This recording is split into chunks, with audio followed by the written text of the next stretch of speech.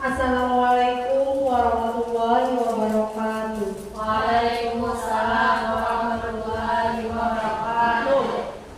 Alhamdulillahirabbil alamin. Wassalatu wassalamu ala asyrofil anbiya'i wal mursalin wa ala alihi wasahbihi ajma'in, amma ba'du. Puji syukur kita haturkan kepada junjungan kita Nabi besar Muhammad sallallahu alaihi wasallam beserta sahabat kerabat beliau hingga ila yaumil kiamat. Yang terhormat Ibu Kepala Sekolah SDN Negeri Pelangguan 7 Banjarmasin, yang terhormat Dewan Guru beserta staf SDN Negeri Pelangguan 7 Banjarmasin. Marilah kita bersama-sama membuka acara ini. Untuk susunan acara kita hari ini yaitu aksi nyata modul 41.4 Ibu Nora.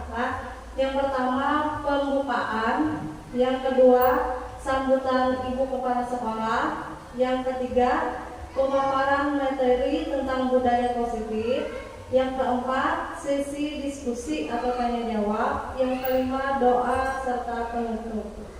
Acara pertama yaitu pembukaan. Marilah kita bersama-sama membuka acara ini dengan membaca Bismillahirrahmanirrahim.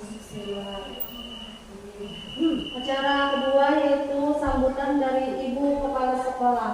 Kepada Ibu Ernawati dipersilakan. Assalamualaikum warahmatullahi wabarakatuh. Waalaikumsalam warahmatullahi wabarakatuh. Alhamdulillah, puji syukur kita tetap kepada Allah Subhanahu wa taala karena kita hari ini ada lagi pertemuan dalam rangka CGP angkatan ke-8 Ibu Nora Rianti. Dan lupa juga salawat dan salam kita aturkan kepada junjungan kita Nabi Muhammad SAW beserta seluruh keluarga beliau, sahabat beliau hingga yaumil akhir. Bapak Ibu sekalian, kita hari ini berkumpul dalam rangka memberi motivasi dengan calon TGP Ibu Nora, yaitu beliau ingin memaparkan berbagi pemahaman dan penerapan budaya positif modul 1.4. Jadi ulun mohon, maaf Bapak Ibu ulun mohon sini selaku kepala sekolah yang mendukung beliau, minta dukungannya buat teman-teman kalau mereka Ibu TGP yang TGP memerlukan bantuan kita atau minta dukungannya misalnya masalah lokakarya atau apa yang selama tidak menghambat kegiatan kita di sekolah, kita bersedia mendukung, membantu kerjasamanya. Ulun minta jangan sampai ada kendala. Terus lagi di sini ulun harapkan calon TGP Ibu Nora Rianti mudah-mudahan sampai selesai menyelesaikan masalah ini. Mudah-mudahan selalu sehat walafiat. Kita sehat, beliau sehat, hingga sampai tuntas dapat mendapatkan sertifikat yang kita inginkan. Kita juga puji syukur di sini beberapa SD, alhamdulillah di SD Pelangguan 7 ada yang mendaftar, yang masuk dalam angkatan ke-8, alhamdulillah. Jadi guru-guru pun yang mana karena memahami masalah CGP, kita bisa saling sharing lah Ibu Nora. Jadi jangan takutan, kita ibu pun bertakun dua. Jadi kita saling tolong menolong. Selain itu, ulun harapkan ini kan ada lagi angkatan ke-10, angkatan ke-10 TGP. Jadi diharapkan mudah-mudahan di antara Dewan Guru di sini di Pelangguan 7 ada yang mendaftar. Paling kada saya itu barangnya 4. Bahwa intinya di sini ibu tidak menekankan apa, bukan melarang lah, ibu malah mendukung siapa yang anak 4 CGP angkatan ke-10. Persyaratannya CPNS boleh, D3 boleh, terus masa kerja maksimal 5 tahun. D3 minimal ya, minimal 5 tahun di 3K. Di sini Pak Ibu tawarkan untuk semua guru, silakan mendaftar. Ibu siap mendukung, Ibu siap membantu apapun yang kalian minta. Misalnya tantangan siap ya, benar. Nah, jadi Ibu tidak ada halangan. Ibu 100% mendukung TGP. Ayo, siapa yang mendaftar silakan siapkan berkas-berkasnya. Tapi ini kira-kira Pak Roy lah. Siapa ya Pak Roy? Nah, Pak Roy, insya Allah Pak Roy buat tempat. Jadi siapa lagi Bu Dewi? Nah, ya kan bisa. Baru benar ya. Nah, jadi Ibu Epi. Nah, jadi bisa jalan kita untuk memajukan CGP. Sekali lagi di sini dalam rangka program CGP, Ibu 100% mendukung. Nah, itu aja sambutan Ibu hari ini. Bu Airi, assalamualaikum warahmatullahi wabarakatuh.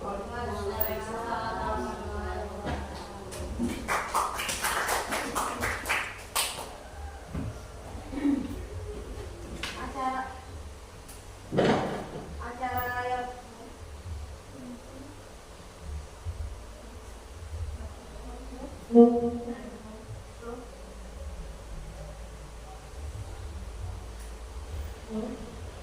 untuk acara yang ketiga yaitu pemaparan materi tentang budaya positif yang akan dibawakan oleh CGP kita yaitu Ibu Nora Rianti. Kepada Ibu Nora, waktu dipersilakan.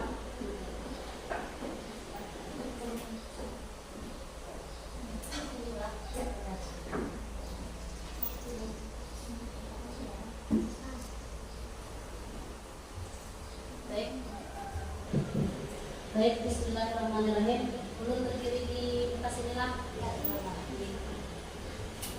Terima kasih. Assalamualaikum warahmatullahi wabarakatuh. Waalaikumsalam warahmatullahi wabarakatuh.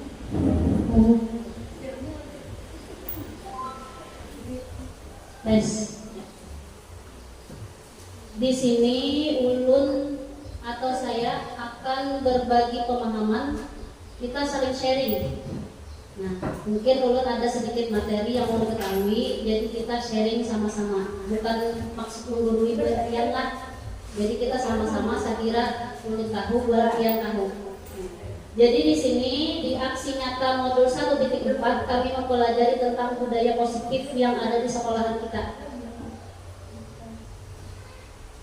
Selamat datang kita semua Bapak Ibu guru hebat, karena kita semua hebat di dalam semua bidang.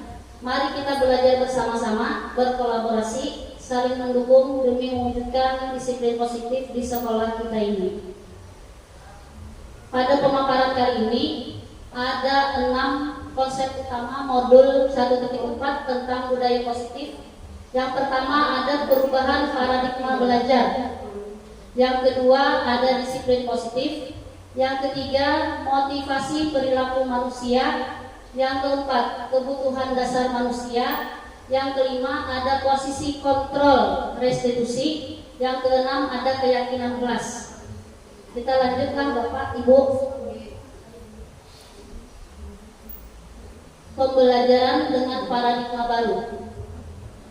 Pembelajaran dengan paradigma baru itu dirancang berdasarkan prinsip pembelajaran yang terdiferensiasi, sehingga setiap murid belajar sesuai dengan kebutuhan dari tahap perkembangannya untuk mewujudkan profil pelajar Pancasila. Jadi kita sebagai guru, misal kita di dalam kelas dihadapkan dengan 32 murid, kita kadang mesti dengan 32 murid itu kita tidak mungkin 32 muridnya loncat sana loncat sini, membimbing si A, kemudian membimbing si B, kemudian membimbing si C. Kita sesuaikan dengan kebutuhan belajarnya. Jadi tidak mesti juga, misal di dalam kelas ada 3 orang murid yang pintar, misalnya pian kasih pertanyaan 10 pertanyaan, pian kasih ternyata yang 3 ini sudah selesai duluan. Kemudian lagi untuk mengatasi supaya yang 3 orang ini jadi pian tadi supaya yang 3 orang ini jangan mengganggu kawan. Lalu pian kasih lagi pertanyaan, tambahi pian lagi sampai 25, pian kasih soal lagi 25. Nah, apakah itu termasuk pembelajaran berdiferensiasi? Termasuklah. Ini kan 10 soal apa semua? Nyala. Habis itu karena ketiga dipintar, lalu pian beri lagi soal tambahan, pian diulangi lagi tambahan soal 15. Jadi yang ketiga tadi dapat 25 soal, sedangkan yang lain cuma 10 soal. Apakah itu termasuk pembelajaran yang berdiferensiasi? Ternyata itu tidak termasuk pembelajaran yang berdiferensiasi. Itu karena kan sama aja materinya. Nah, ternyata yang betul itu adalah kita melihat tingkat pemahamannya. Kalau tingkat pemahamannya lebih bagus, lebih tinggi, pian bisa beri soal dengan kesukaran yang berbeda dari murid yang lain.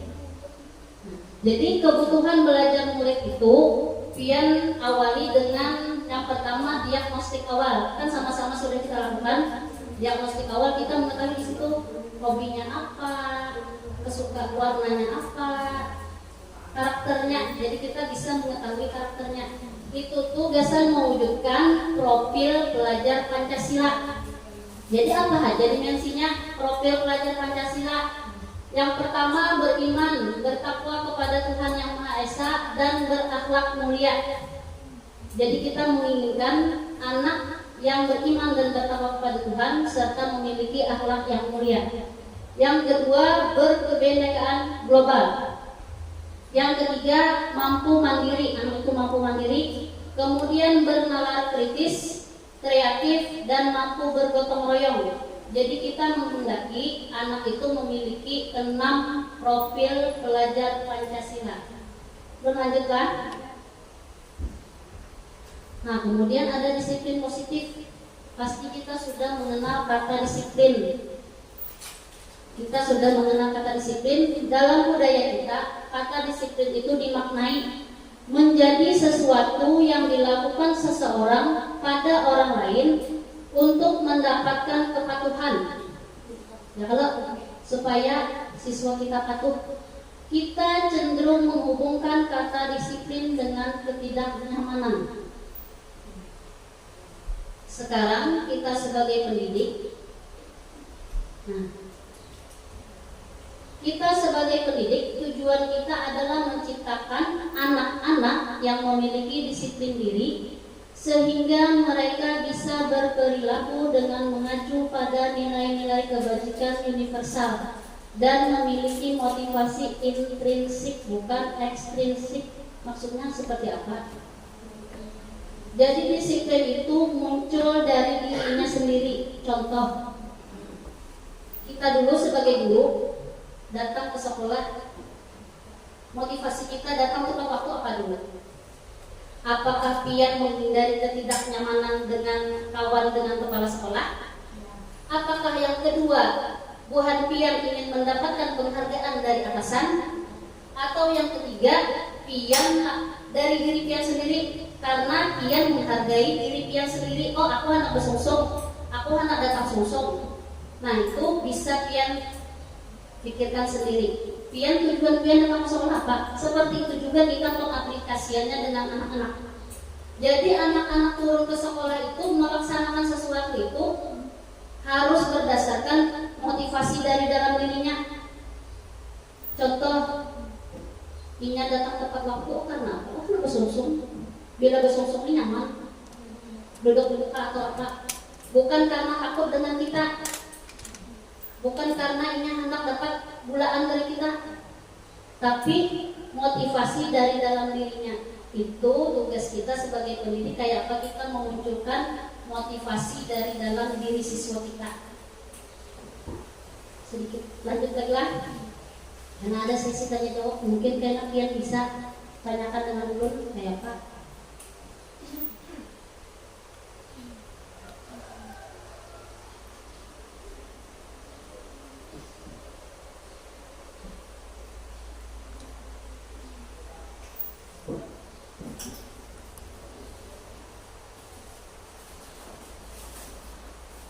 Kemudian lagi ada motivasi perilaku mereka manusia. Ini berhubungan lagi dengan yang tadi, dengan disiplin. Nah, berkaitan, semuanya berkaitan. Motivasi itu merupakan dorongan yang timbul pada diri seseorang secara sadar atau tidak sadar untuk melakukan suatu tindakan dengan tujuan tertentu. Nih, ulang tadi. Kita melakukan sesuatu, jadi tadi kita sebagai seorang guru datang tepat waktu karena apa? Ada motivasi perilaku. Yang pertama, nah jadi tadi menghindari ketidaknyamanan atau hukuman.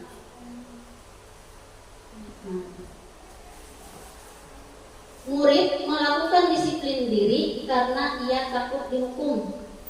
Ini termasuk motivasi ekstrinsik. Murid mengerjakan PR, kita beri PR dengan murid, ujar kita kumpul esok. Nah, sekarang Inya mengerjakan PR itu kan tindakannya lah, perilakunya. Tindakan Inya mengerjakan PR itu karena apa? Apakah Inya takut dihukum bila pada mengerjakan PR? Berdiri di depan kelas atau angkat kaki? Kan gitu, murid. Kemudian yang kedua, mendapatkan imbalan atau penghargaan dari orang lain.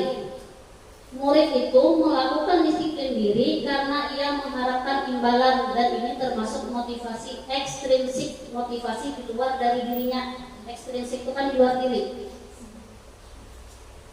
Ujar kita sebagai guru, kalau tepat waktu mengumpulkan PR, pian mendapatkan permen. Jadi anak ini mengerjakan PR-nya karena dengan imbalan permen, berarti bukan dari motivasinya seorang, ada motivasi dari dirinya seorang. Nah, ya, ujar esok mengumpul PR, ujar Ibu Dewi, jar esok dia bilang mengumpul PR diberi mie gelas terus, ini sudah terbayang-bayang sudah, karena Ibu Dewi sudah menjanjikan. Nah, bila mengumpul PR dapat mie gelas sebungkus. Anak-anak kan senang kalau dikasih hadiah, dikasih iming-iming itu anak-anak tuh paling senang. Nah, itu yang kedua. Kemudian lagi yang ketiga, menjadi orang yang mereka inginkan dan menghargai diri sendiri dengan nilai-nilai yang mereka percaya, dan ini termasuk motivasi intrinsik. Yang dulu tadi kita berpikir dua. Kita sebagai guru, oh aku nih apa yang mau kerjakan, setiap apa yang aku lakukan, pian hendak apa? Apakah pian lakukan dengan itu tadi karena ketidaknyamanan? Kada nyaman kawan-kawan, lalu aku menggali yang ini. Apakah pian hendak mengharapkan imbalan? Ujar ibu kepala, bila pina rajin turun sebulanan, tambahi gaji 100.000, ujar sedih. Nah bisa, lalu bila turun sebulanan lalu Ibu Dijah nih jam 7 sudah standby di sekolahan karena ada iming-iming, ujar ibu tadi 100.000 naik gaji. Nah, itu motivasi loh, tapi motivasi yang datang dari luar. Yang paling penting itu kita menumbuhkan motivasi dari dalam diri kita sendiri. Besong-song datang karena memang aku menghargai diriku sendiri. Aku hendak datang. Bila aku datang sosok, kalau aku begawian, apa yang perlu dipersiapkan? Kan seperti itu. Nah, jadi itu yang perlu kita tumbuhkan. Selain kita sebagai seorang guru, kita juga menumbuhkan motivasinya di dalam diri anak. Kayak apa? Anak kita ini saya kira kita begawian, maju ke papan tulis, kita suruh-suruh mengerjakan PR, datang tepat waktu, itu motivasinya dari dirinya seorang. Nah, itu tugas kita sebagai seorang guru, kayak apa caranya kita menumbuhkan. Lanjut. Jadi manusia ini Bapak Ibulah ada berisi kebutuhan dasar. Kebutuhan itu keperluan, ialah sesuatu keperluan yang mendasar. Yang pertama, kebutuhan bertahan hidup. Ini berhubungan lagi dengan perilaku yang Nya lakukan di dalam kelas. Perilakunya kembali lagi ke situ karena berkaitan. Bertahan hidup, anak kita perlu memerlukan sandang, pangan, jalan. Apalagi sandang, pangan, pakan. Nah itu, misalnya anak murid pian tanyai dulu, kenapa jadi Inya ada mengerjakan PR? Sekalinya di rumah babaras kada bisi baras, misal kalau kuitannya harus bekerja terus menerus, itu kan kebutuhan bertahan hidup. Kayak apa Inya bertahan hidup? Itu perlu pian telaah. Jadi pian jangan menjes langsung Inya salah karena kadang mengerjakan PR langsung pian hukum, tapi pian harus ketahui kebutuhan dasar hidupnya. Jangan langsung mau kita. Kemudian kasih sayang dan rasa terima. Mungkin ada di kelas anak pian pindah pendiam atau pindah lincen kayak cacing. Boleh jadi Inya di rumah ada mendapatkan kasih sayang dari orang tuanya karena orang tuanya sibuk. Lalu Inya minta perhatian sama kita sebagai guru. Minta kasih sayang sama kita, hendak diperhatikan. Tapi pian cuek-cuek, makin bertambah. Itu yang harus pian kelola. Rasa kasih sayang dan rasa diterima pian tanyai, itu perlu pian tanya. Kemudian kebebasan. Anak itu kada mau dikekang, sama kayak kita juga loh. Kita kada mau dikekang sama anak kada mau dikekang. Jadi berinya kebebasan. Ya jadi tadi kalau ulun boleh memperbolehkan anak membawa HP, tapi dimanfaatkan untuk pembelajaran. Karena pian lihat ini di kelas pian cek lagi kebutuhan belajar apa yang anak pian supaya minat dan bakatnya. Kemudian kesenangan, sama aja kesenangan. Kemudian penguasaan ini seperti penguasaan teknologi dan lain sebagainya. Lanjut. Nah, mungkin di sini penjelasannya. Nah, kebutuhan bertahan hidup tadi dulu misalnya kesehatan, rumah, dan makanan. Bisa jadinya garing. Bisa jadi rumah berpindah rumah atau apa, di rumah ada masalah ada apa. Nah, makanan ya dua. Kemudian rasa kasih sayang dan rasa diterima. Inya hendak menjadi satu bagian dari kelompok. Di kelas biasanya berkelompok jelas, bergeng ada yang terpintar, berunggul yang pintar, ya lah. Nah itu biasanya gitu. Misalkan pian ada melihat satu anak yang dia ngajak, perlu pian tanyai, mungkin ini anak menjadi satu bagian dari kelompok tersebut, dari kelompok kawanannya. Penguasaan kebutuhan pengakuan atas kemampuan berhubungan dengan kekuatan, menjadi terampil, diakui atas prestasi, dan memiliki harga diri. Yang keempat, kebebasan atau kebutuhan akan pilihan. Nah, jadi tadi Inya bebas menentukan pilihan hidupnya.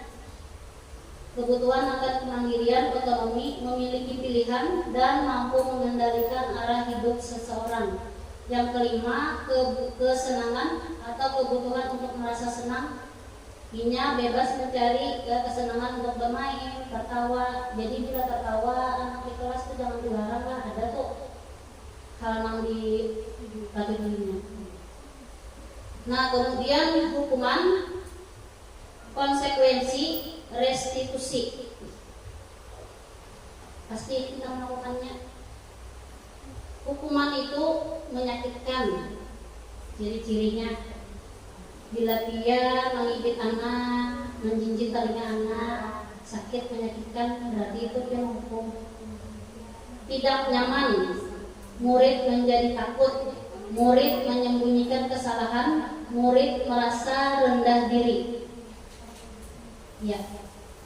Kemudian ada konsekuensi. Konsekuensi itu sebab akibat. Inya melakukan kesalahan, konsekuensinya apa? Sudah terencana konsekuensi itu, sudah kita sepakati, kemudian sudah dibahas dan disetujui oleh murid dan guru. Nah, sudah ada perjanjian. Bila ikan makai terlambat datang 15 menit, konsekuensinya ikan berdiri, misalnya dulu menunggui di muka pintu, misalnya selama 5 menit. Itu konsekuensi. Bila ini terlambat datang, ada konsekuensi yang harusnya lakukan, dan itu sudah secara sadar kita lakukan. Lalu ada kesepakatan antara murid dengan guru. Penguatan jangka pendek, efeknya murid akan menghormati peraturan. Kemudian ada restitusi. Murid bertanggung jawab untuk perilakunya, fokus pada pemecahan masalah jangka panjang. Murid menghormati dirinya dan orang lain. Nanti ini akan dibahas lebih mendalam lagi. Nanti ada restitusi.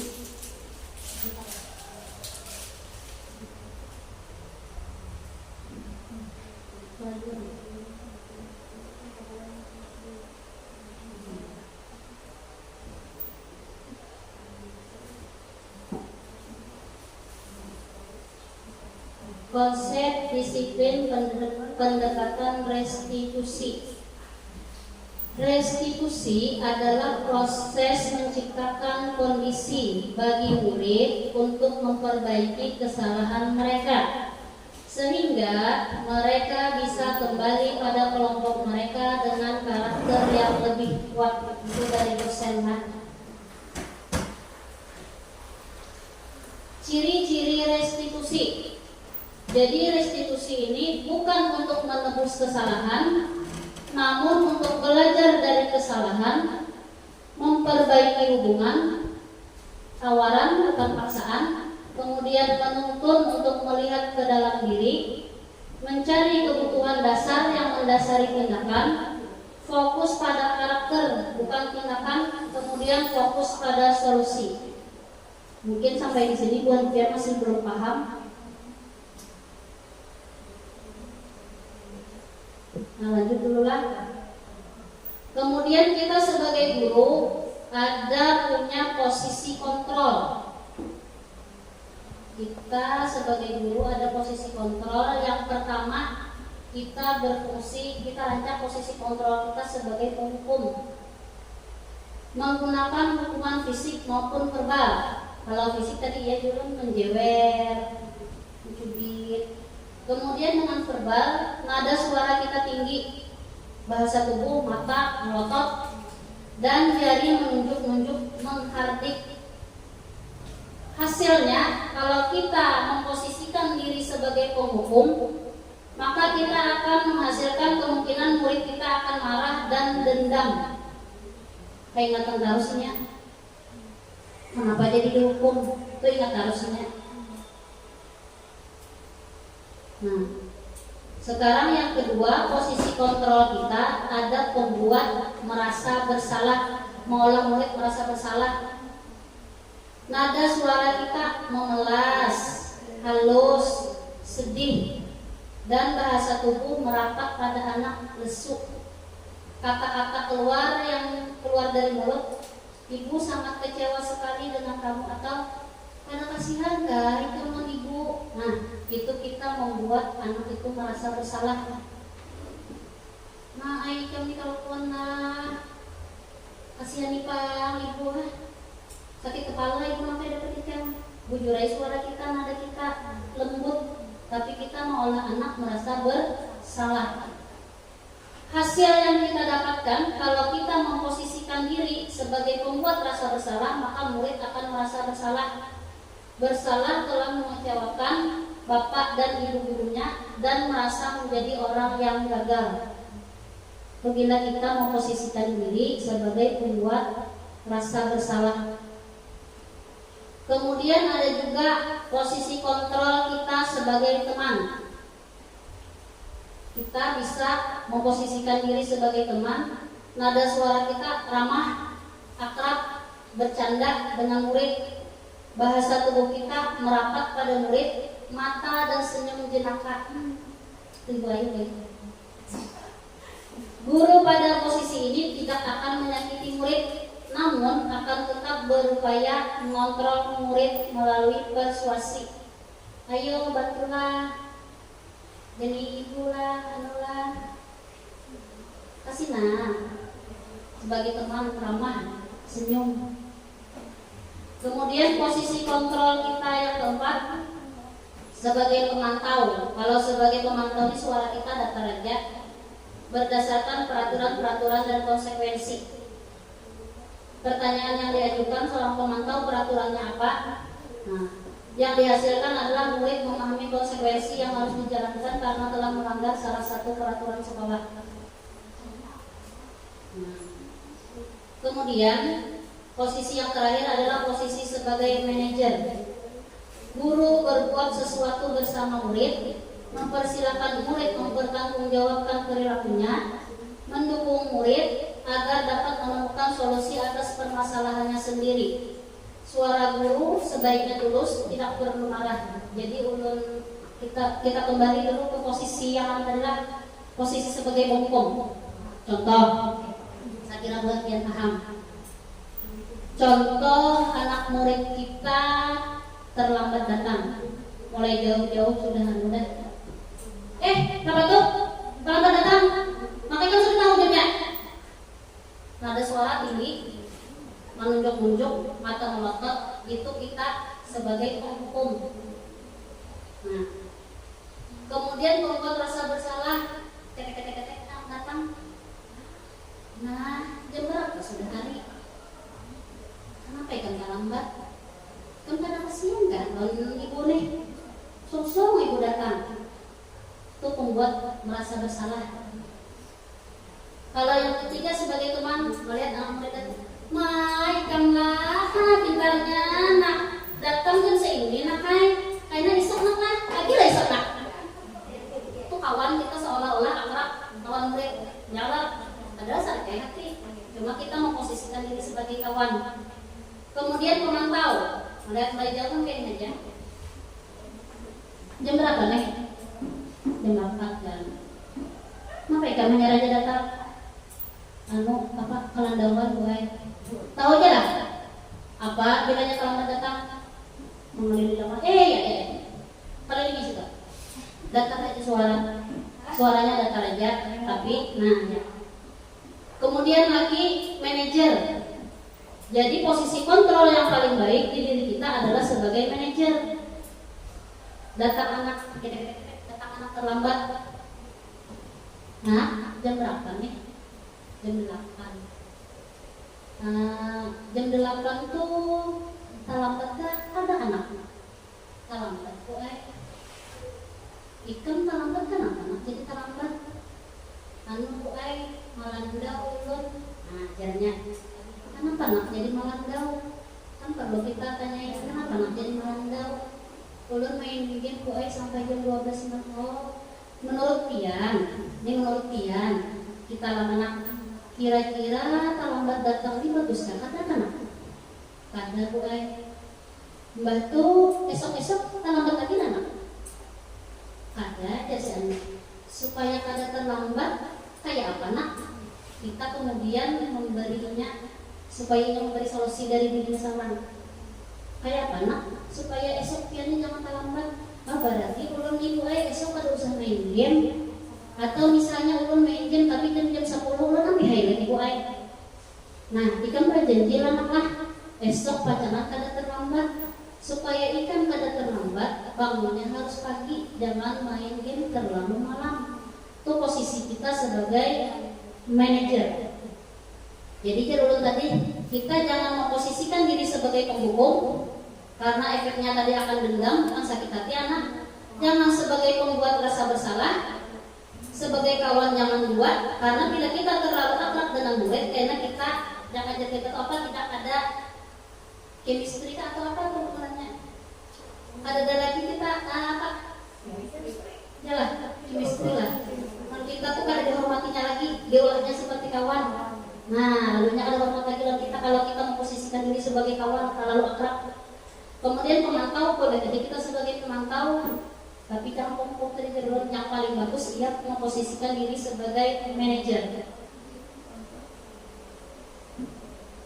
Kemudian mengapa keyakinan kelas itu ada? Nah, jadi mulai tahun ajaran baru ini, buah pian-pian bisa menyiapkan peraturan kelas dengan keyakinan kelas. Mengapa keyakinan kelas itu perlu?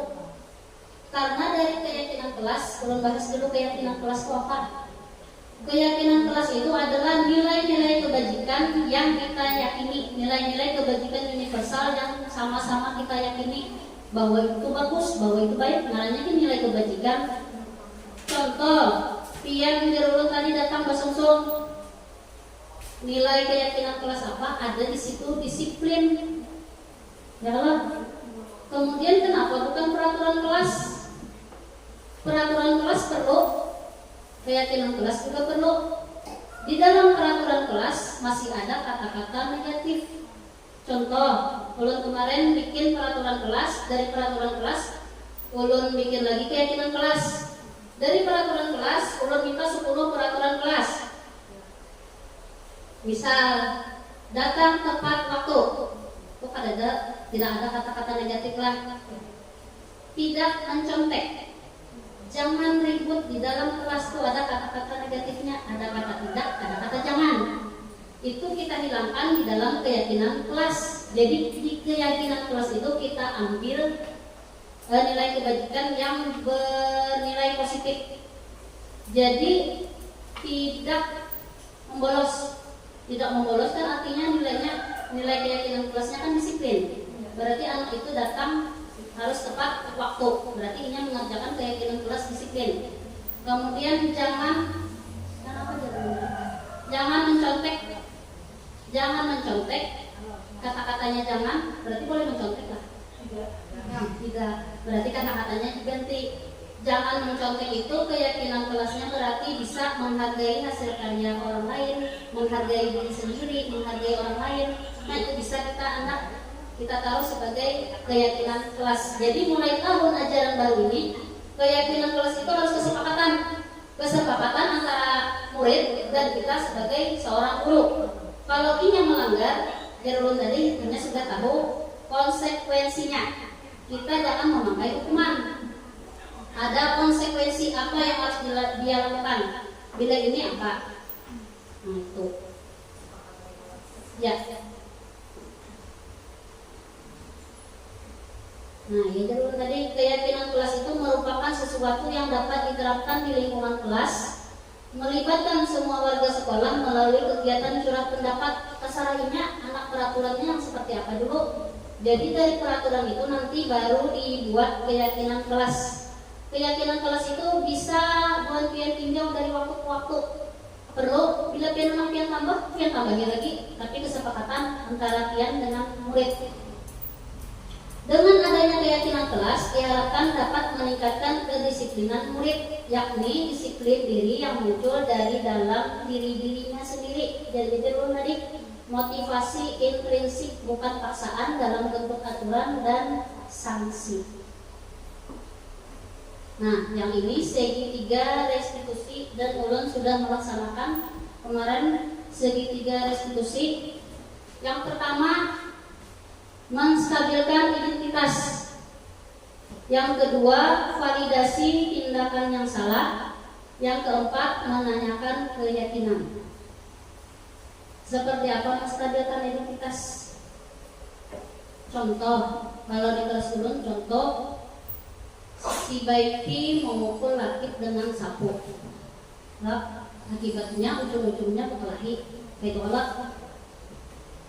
Jadi langkah ini kita melaksanakan restitusi. Pian panggil si Baikinya ke hadapan. Setelah itu pian stabilkan identitasnya, pian takudi. Baiki, ibu mandang tadi pian bakal hilang Latif. Minggi bu ay. Jadi Baiki. Anak-anak, maka balik. Si Latif itu bu ay ya karena aku membesar sapu. Bila giliran punya aku bu ay ya beli terus ya.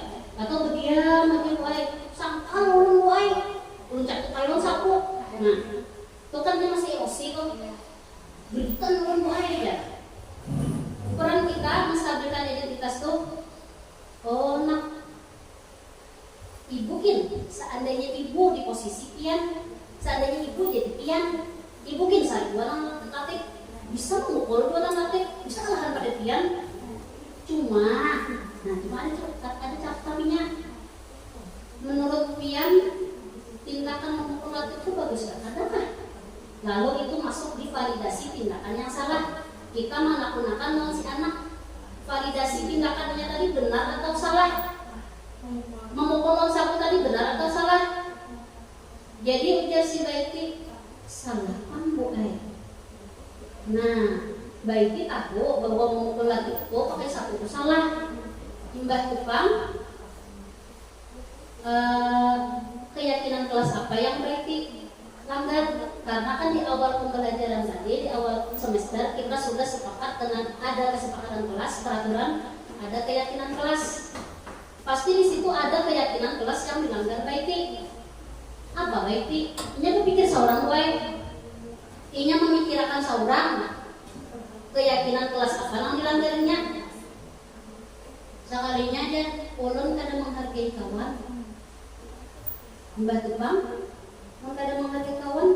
Kalau kira-kira amun si laki ini tadi mau ulangi tindakannya yang kada aku masih sapu, kira-kira tindakan apa nang pian lakukan memukul lagi lah pakai sapu, ada tuh bapak apa dia bapak dah aja bilang ibu baik ulun padahkan aja kalau ibu aja mengakurakan. Oh ya sudah, berarti itu solusinya. Bila si Latif kadang menyapu, lapor dengan ibu. Artinya ibu aja mengakurakan menyuruh Latif bahasa sapu. Di situ kita sudah melakukan segitiga restitusi, menstabilkan identitas, memvalidasi tindakan yang salah, kemudian menanyakan keyakinan kelas 4. Jadi masalahnya seorang ngolah ya Allah, kita cuma menanyakan tindakannya salah atau benar, kemudian kita menakon-nakon lagi solusinya. Ini seorang menang mencari solusi dari permasalahan dirinya yang muncul. Ini seorang yang mencarikan solusi dari kesadarannya seorang.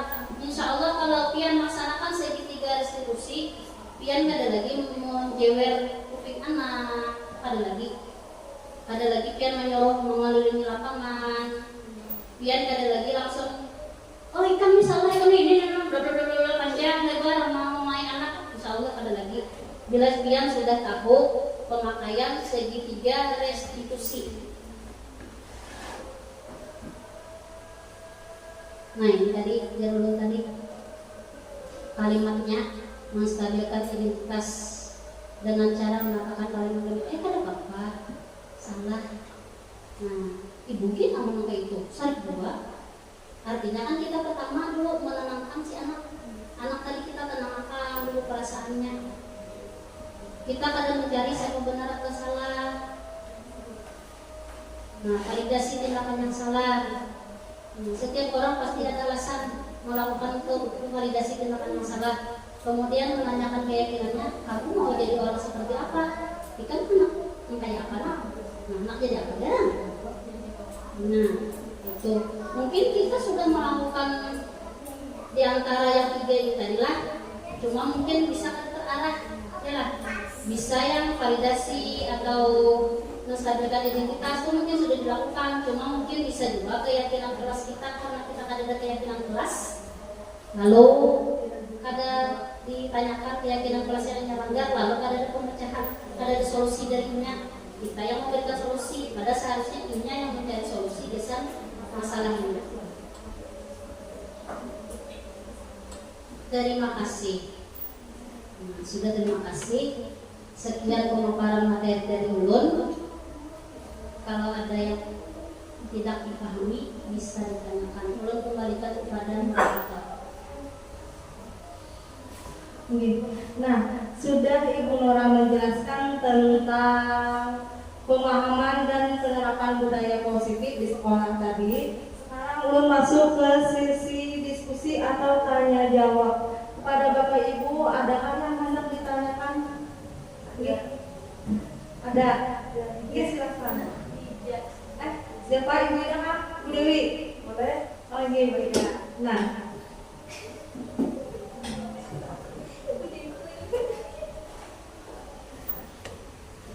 Assalamualaikum warahmatullahi wabarakatuh. Waalaikumsalam warahmatullahi wabarakatuh. Ya, saya ingin bertanya tentang yang slide 7 tadi tentang memotivasi dan lain-lain. Di sini saya ingin menanyakan bagaimana sih Bu hukumannya tidak membuat murid itu merasa sakit dan takut. Dan yang kedua tentang terlambat datang tadi ada kan?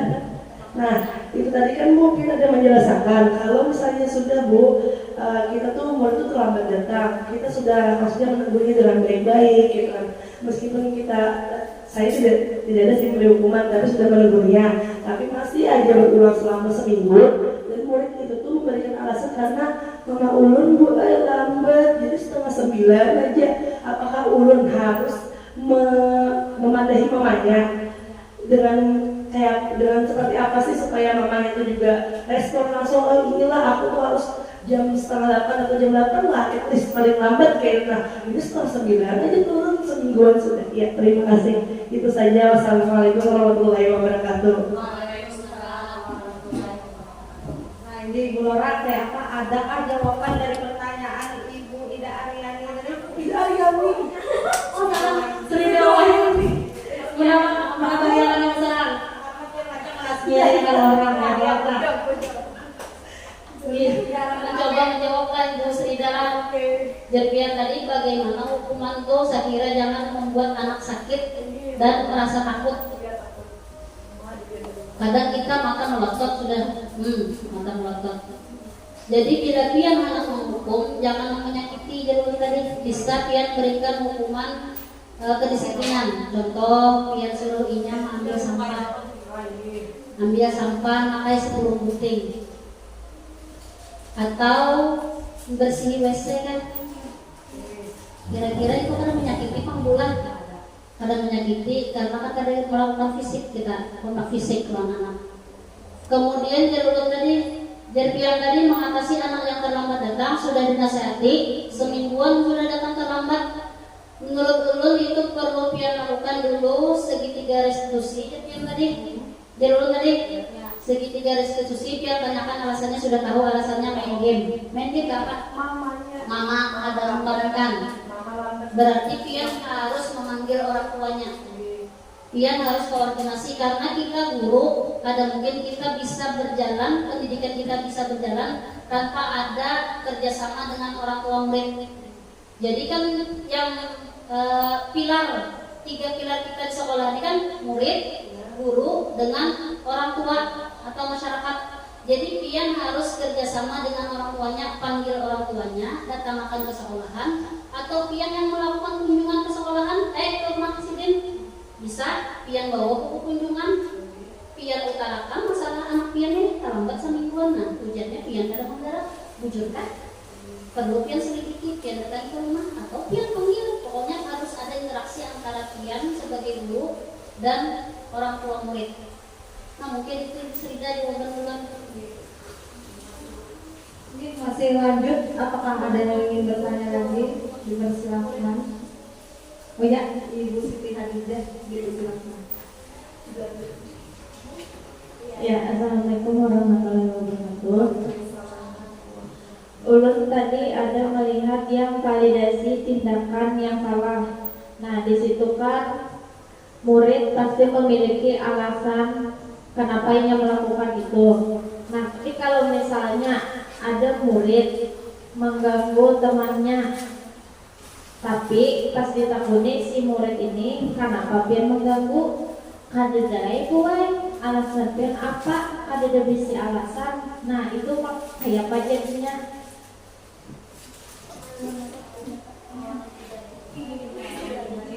Terima kasih Ibu Siti Hadijah. Di yang kedua tadi kita dari segitiga restitusi tadi kan ada validasi tindakan yang salah, gitu loh. Nah, biar si murid suka mengganggu teman, ditanyai kenapa mengganggu, ada alasannya. Kadang mungkin seseorang melakukan sesuatu tanpa alasan, pasti ada alasannya. Ya jadi tadi kita balik lagi ke kebutuhan dasar manusia. Pasti ada, mungkin bisa jadi ini anak minta perhatian kita, anak minta perhatian kita sebagai guru. Nah, ada mungkin pasti kita melakukan kesalahan. Contohnya yang tadi katuju mengganggu orang, tapi dia tahun ini kada tahu urun senang benar katuju aja urun mengganggu gitu loh. Nah, pastinya jawabnya kayak itu. Karena murid rendah 1, 2, 3, ini kan kamu memikirkan lagi kenapanya tuh kenapa lagi memikirkan. Pasti ada alasannya. Kita tujuh mengganggu, mungkin kan selidiki lagi di rumahnya kayak apa, kurang perhatian kayaknya nih.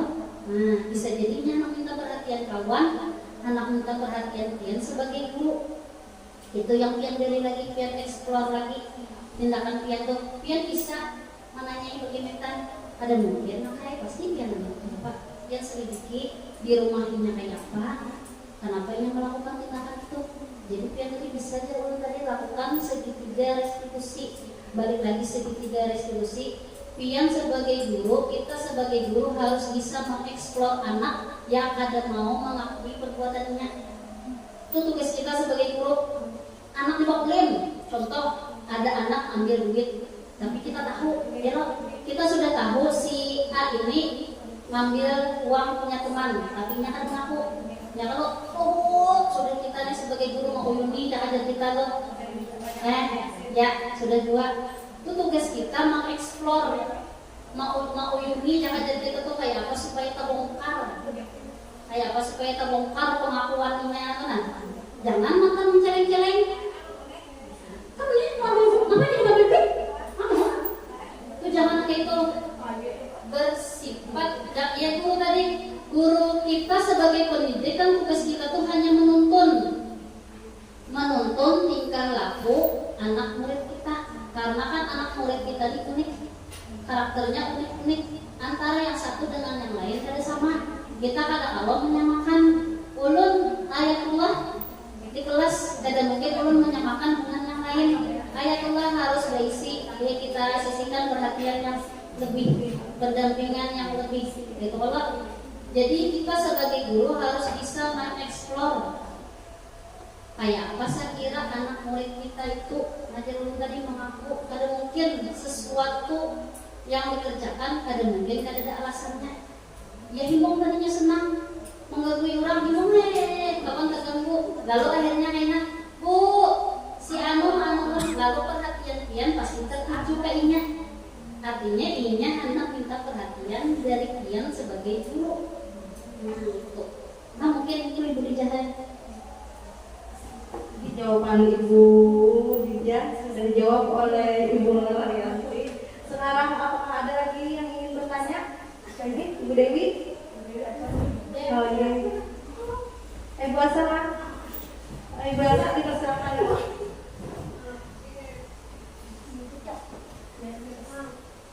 Terima kasih sudah kasih kesempatan untuk bertanya. Jadi Bu, ini ada perwakilan bertanya. Bagaimana cara Ibu menerapkan KKN kelas pada murid-murid ya? Dan apa juga imbasnya terhadap Ibu dan murid? Kan biasa kita nih sebelum awal semester nih pasti, ayo kita berunding dulu nah. Misal kalian setuju lah ini ada hubungannya. Nah terus yang apa yang kita terima jika kita sudah melakukan berunding itu nah itu yang diterima murid pasti juga. Jadi gimana Bu caranya? Terima kasih. Terima kasih Bu Asya. Pertanyaannya tadi bagaimana cara menerapkan keyakinan kelas, kemudian apa imbasnya terhadap kita, lalu imbasnya terhadap murid. Kalau ulun cara menerapkannya tadi ya ulun di awal tahun ajaran baru ulun sudah membuat peraturan kelas dengan ajaran tadi kesepakatan antara murid sendiri yang mengajukan peraturan apa-apa yang pian mau. Tulis nakai 10 peraturan yang pian kehendaki. Apa garang tujuannya? Kita sampaikan dulu peraturan itu kenapa jadi peraturan itu diterapkan di dalam kelas. Ini nak peraturan untuk mendisiplinkan pian. Nah itu sudah kita utarakan tujuan dari peraturan. Kemudian dari peraturan sudah tersedia 10 peraturan. Kemudian dari situ lagi kita suruh anak membuat keyakinan kelasnya sendiri. Inya sendiri yang membuat dari peraturan dibuat keyakinan kelas. Keyakinan kelas itu sudah disepakati. Jadi kada ada paksaan dari kita sebagai guru. Keyakinan kelas sudah kita sepakati. Bila pian melanggar keyakinan kelas, misalnya pian kadang punya ulun tadi contoh si Baiti, inya memukul si Rakib, itu kan keyakinan kelas yang dilanggarnya adalah menghargai teman. Inya kadang menghargai teman, apa efeknya? Ya terjadilah perkelahian. Ya Allah, bila terjadi perkelahian di dalam kelas otomatis kelas tidak nyaman. Imbasnya, kemudian imbas kita menetapkan keyakinan kelas, otomatis di kelas itu akan terjadi kenyamanan, nyaman dalam belajar, anak merasa aman, ya kan? Menyenangkan. Nah itu imbasnya terhadap murid, imbasnya sebagai kita sebagai seorang guru. Kita tidak perlu lagi, karena ada keyakinan kelas, kita tidak perlu lagi memberikan solusi, kita cuma menuntunnya memberi solusi atas masalah inya sendiri. Jadi kita cuma solusinya ini pian melanggar ini apa pian melanggar keyakinan kelas apa menghargai teman jadinya apa anunya solusi dari pian supaya pian di lain waktu pian tidak lagi melanggar. Artinya masalah darinya solusi darinya dengan kita menerapkan keyakinan kelas, di kelas kita akan mendapatkan kenyamanan, murid akan merasa aman, dan pembelajaran yang kita lakukan akan menyenangkan. Jadi kita ada lagi memposisikan diri itu sebagai penghukum. Ada lagi kita menjas murid, ikam salah, ikam kada bisa. Ada lagi karena semua murid itu berbeda-beda. Inya kada bisa di matematika, bisa di bahasa Indonesia, pintarnya ngarang, kelebihan tuh. Kada bisa inya menggambar, bisa inya menyanyi. Kada bisa bahasa Indonesia, bisa inya yang lain-lain menggambar karakter atau menari. Karena semua anak tuh berisi kelebihannya masing-masing. Jadi tugas kita sebagai seorang guru tuh hanya menuntun. Karena anak tuh sudah terlahir, jangan jadi itu tuh bukan kertas kosong. Ini sudah ada garis-garisnya, karakternya sudah ada, tinggal kita yang menebali garis-garisnya. Ki Hajar Dewantara itu mengutip pernyataan Ki Hajar Dewantara, kita itu seperti petani yang menyemaikan benih. Bila kita menyemaikan benih padi, pasti tumbuhnya padi. Cuma kayak apa caranya supaya padi ini tumbuh subur? Nah itu tugas kita sebagai pendidik, kayak apa supaya padi yang kita tanam ini tumbuh subur. Kada mungkin kita menyemai padi tumbuh jeruk, kada mungkin. Pasti bila kita menyemai padi tumbuh padi, kayak apa cara kita sebagai pendidik supaya padi yang kita tanam tadi, yang kita semai padi tumbuh subur. Tugas kita sebagai pendidik yaitu. Terima kasih banyak. Sudah adakah lagi yang menyebut aku nih di sesi tanya jawab? Ibu Evi, Ibu Kepala Sekolah.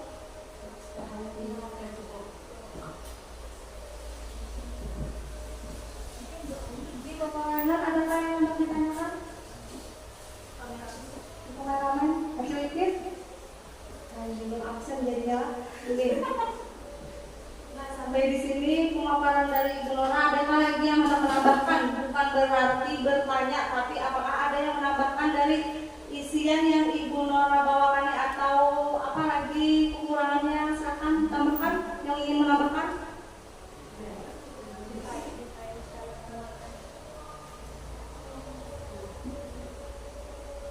Nah, sekarang sesi penguatan.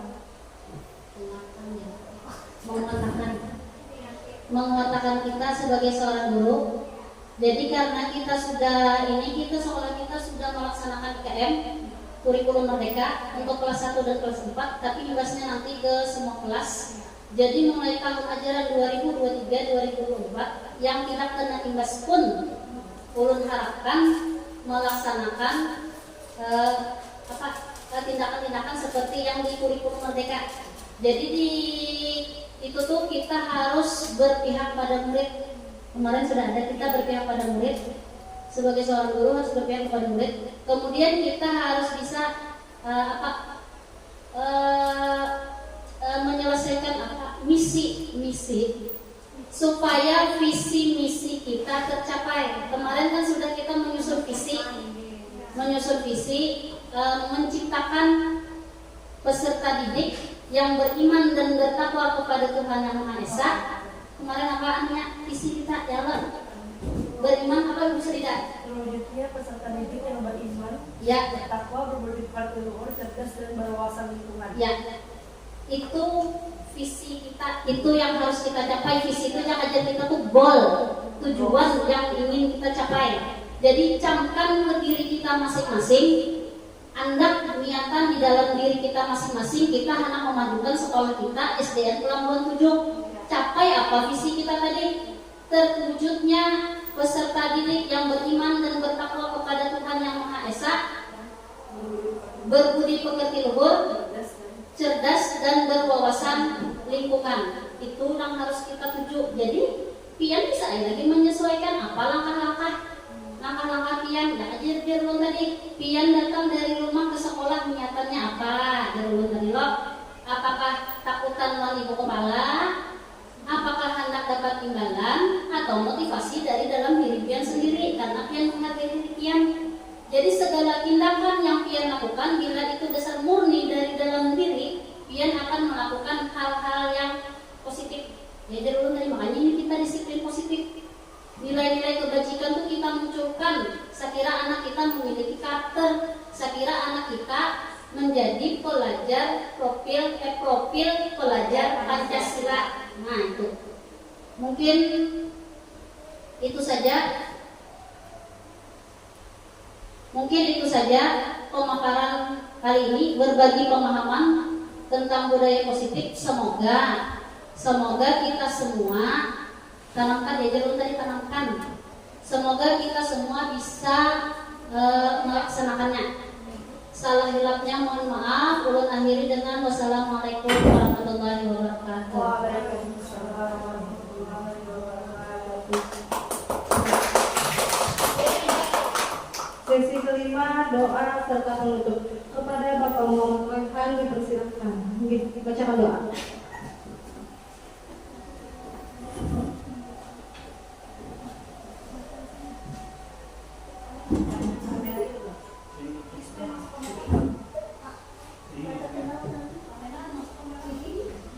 Al-Fatihah. A'udzubillahi minasyaitonir rajim. Bismillahirrahmanirrahim. Alhamdulillahi rabbil alamin. Arrahmanir rahim. Maliki yaumiddin.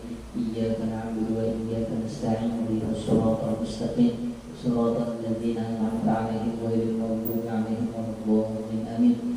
Amin. Bismillahirrahmanirrahim. Alhamdulillahi rabbil alamin. Wassalatu wassalamu ala asyrafil anbiya'i wal mursalin. Sayyidina wa nabiyyina wa maulana Muhammadin wa ala alihi wa sahbihi wa barik wa sallim ajma'in. Rabbana zidna ilma wa wasi' lana fima razaqtana waj'alna mahbuban fi qulubi ibadika wa azizan fi 'uyunihim waj'alna wajihan fid dunya wal akhirah wa minal muqarrabin ya katsiran wa ya hasanal fi'ali ya qa'iman bil zawal ya mubdihan bil misal falakal hamdu wal minnatu wasyarafu ala kulli hal. Rabbana atina fid dunya hasanah wa fil akhirati hasanah wa qina adzabannar. Sallallahu ala sayyidina Muhammadin wa ala alihi wa sahbihi wa sallam. Walhamdulillahi rabbil alamin.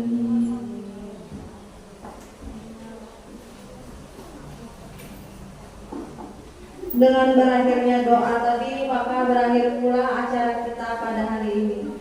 Marilah untuk menutup acara kita pada hari ini, kita bersama-sama membacakan hamdalah. Alhamdulillah. Assalamualaikum warahmatullahi wabarakatuh. Waalaikumsalam warahmatullahi wabarakatuh.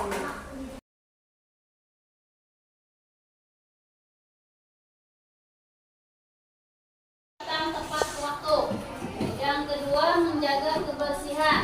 Tiga, minta izin saat keluar kelas. Jangan berkelahi, jangan mencontek, jangan merusak barang teman, berbicara sopan, harus mengerjakan PR, selalu mengikuti kegiatan sekolah, jangan bolos.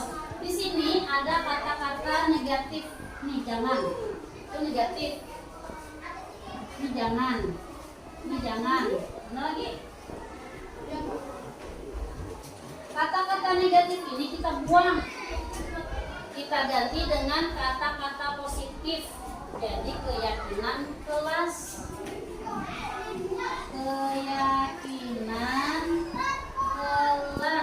apa garang artinya keyakinan? Keyakinan itu adalah nilai-nilai kebajikan yang sama-sama kita yakini secara universal tanpa membedakan suku atau agama. Contoh, nilai kebajikan apa? Ibu beri contoh. Kita berkendaraan disuruh disuruh memakai helm. Yalah. Biasanya apa helm? Melindungi kepala. Nilai apa di situ yang ada? Bila kada helm Pak? Di situ terkandung nilai keselamatan, ya kada? Bila kada pakai helm, saat terjadi kecelakaan atau apa, ya lo terhampas kepala, artinya kada selamat. Disuruh orang pakai helm karena ada nilai keselamatan. Paham lah? Itu nilai keyakinannya. Kita meyakini kenapa jadi pakai helm. Kita meyakini dengan memakai helm kita akan menjadi selamat di perjalanan. Sekarang datang tepat waktu. Apa nilai yang ada di dalam datang tepat waktu ini? Nah? Nilai keyakinan yang pian yakini apa? Datang tepat waktu. Ayo. Datang tepat waktu. Nilai apa yang ada di ini? Nah, pian ini datang sungsung. Nilai apa yang ada di dalam tuh? Kalau tadi kan kita disuruh pakai helm. Di dalamnya ada nilai keselamatan yang terkandung di dalam. Sekarang datang tepat waktu, nilai apa yang ada di dalam datang tepat waktu nih? Disiplin, betul. Berarti keyakinan kelas yang pertama kita adalah disiplin. Berarti pian bila datang sudah jam 7.30, berarti pian disiplin. Artinya kan pian sudah datang tepat waktu.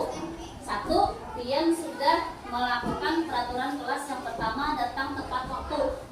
Keyakinan kelas yang kita yakini, bila datang tepat waktu itu pian menjalankan nilai disiplin. Yang kedua, menjaga kebersihan. Apa? Nilai yang terkandung. Nilai yang terkandung kita menjaga kebersihan itu apa?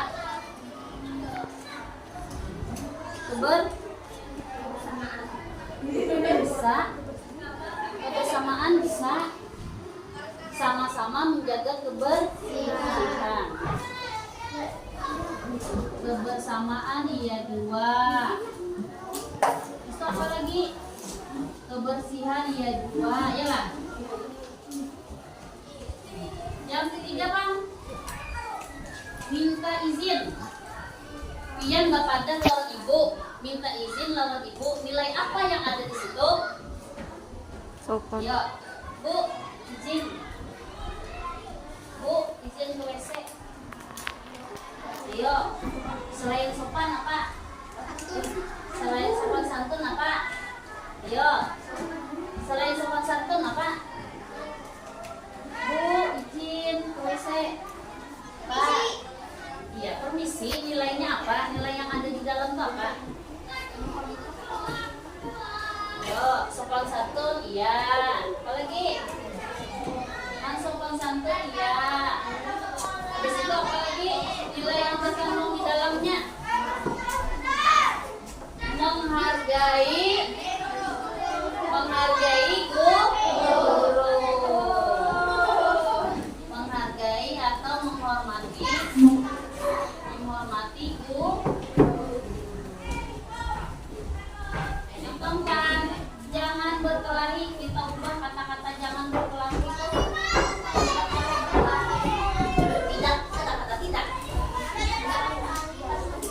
Saling menghargai. Berarti nilainya di sini adalah saling menghargai. Bolehlah berkelahi. Bila pian sudah meyakini ada nilai saling menghargai, pian kada mau lagi berkelahi. Kada mau lagi menyambut kawan. Jangan mencontek. Nilai apa yang ada di situ? Nilai mencontek. Tidak mencontek. Apa? Jujur. Ya, jujur. Apa lagi?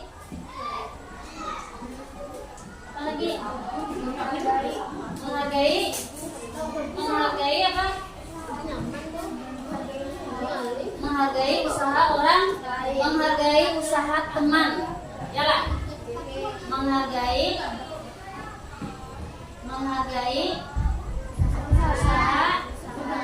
teman. Jangan merusak barang teman. Nilai apa yang terkandung? Merusak barang teman. Sama lah. Termasuk menghargai lah juga. Atau Pak ya, nilai yang terkandung kita ini kata merusak barang punya teman. Nilai apa yang ada di situ? Hah?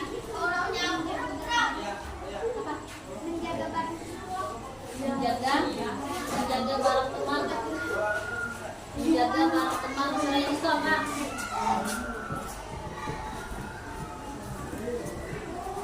Ayo, Mel.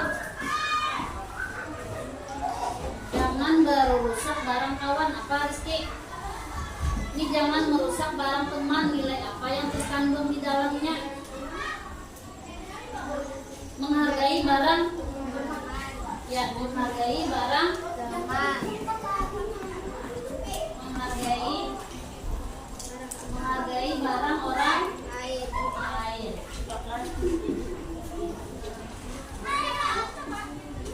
Berbicara sopan, masuk di mana? Masuk saling menghargai. Masuk enggak? Masuk saling menghormati. Masuk ke sini lah. Jalan. Kemudian harus mengerjakan PR. Masuk di mana? Atau ada nilai lain?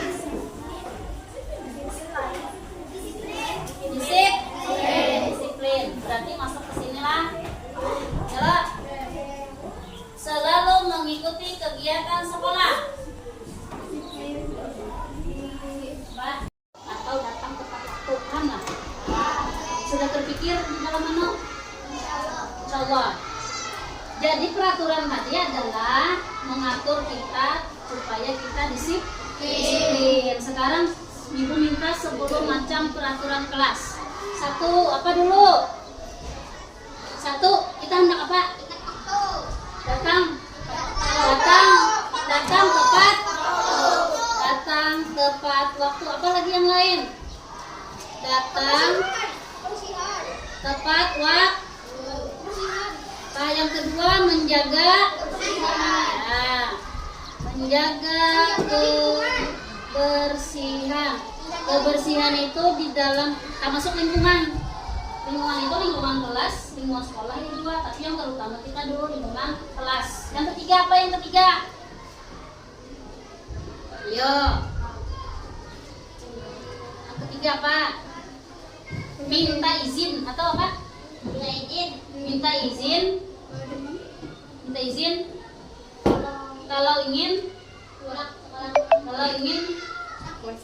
ya, minta izin saat ingin keluar. Saat keluar kelas. Contohnya pian hendak ke WC, minta izin, ya kan? Terus apa lagi?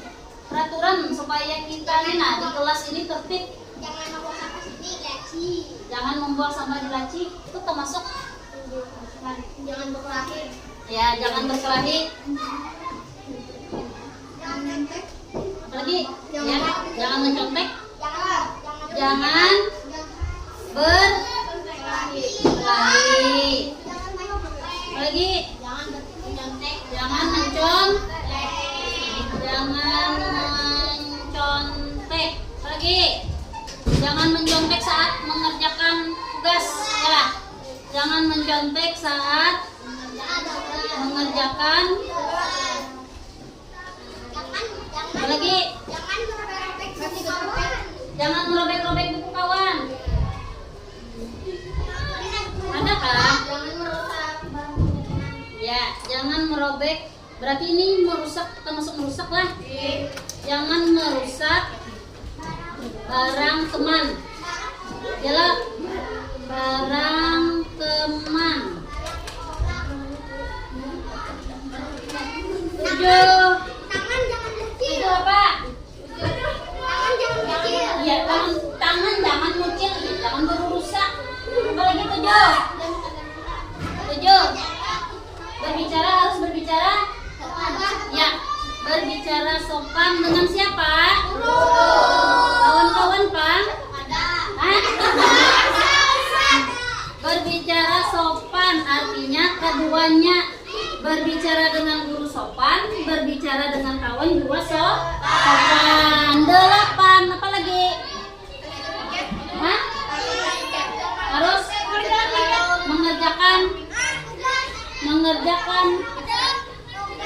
harus mengerjakan piket kelas, mengerjakan PR, harus mengerjakan PR. Kalau ibu kasih PR 9 apa lagi? Hah? Selalu mengikuti kegiatan,